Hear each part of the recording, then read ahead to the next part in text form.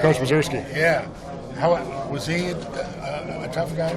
Yeah, but at the same time, never once did he demean a player, ever. Yeah. He was going to be tough, and, the legendary pregame speeches, and that carried over into how his teams played. Right. But it was always coaching. There was never a demeaning moment from Coach Mazurski. So everybody that played for him, even though you might get yelled at every now and then, they all really respect him, really enjoyed playing for him. How are your linebackers doing? They're doing a good job. But you know what? They're working really hard at it.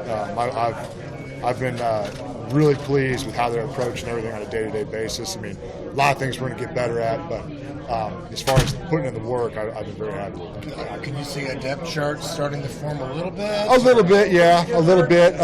But, I'm not ready to set it by any means yet because it's too close to call it now. But there's definitely guys showing me who's going to be able to play on Saturday, and I'm hoping to play more than just two guys a whole game. I need to. So Did the Sunday scrimmage show anything? yeah, it always shows a little something. Always shows something. A lot of things you need to work on. Things I need to work on as a coach.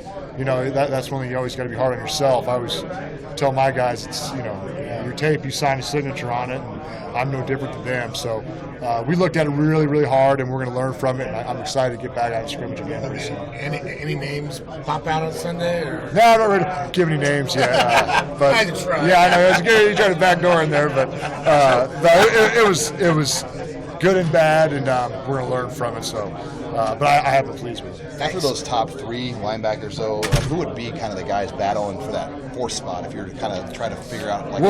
Colin Miller, he's done a nice job, considering he's been a little bit behind just because he's moved positions. Played mostly outside backer in the spring, mostly inside backer in the summer. And he's getting better every single day. So he's really done a nice job. Jake Weinmeister's, he's exactly what I'm hoping for from him. He's done a really good camp. Avery's improved, still got some work to do.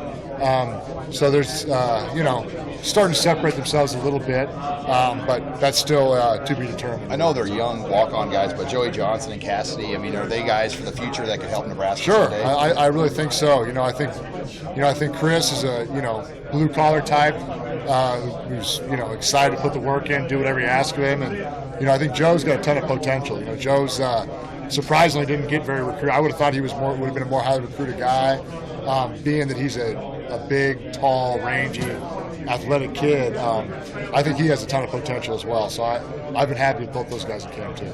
So with how locked down camp has been as far as information getting out, how many of your old buddies are trying to text you to get information on the quarterbacks? My buddies leave me alone, man. They haven't even said a word about that.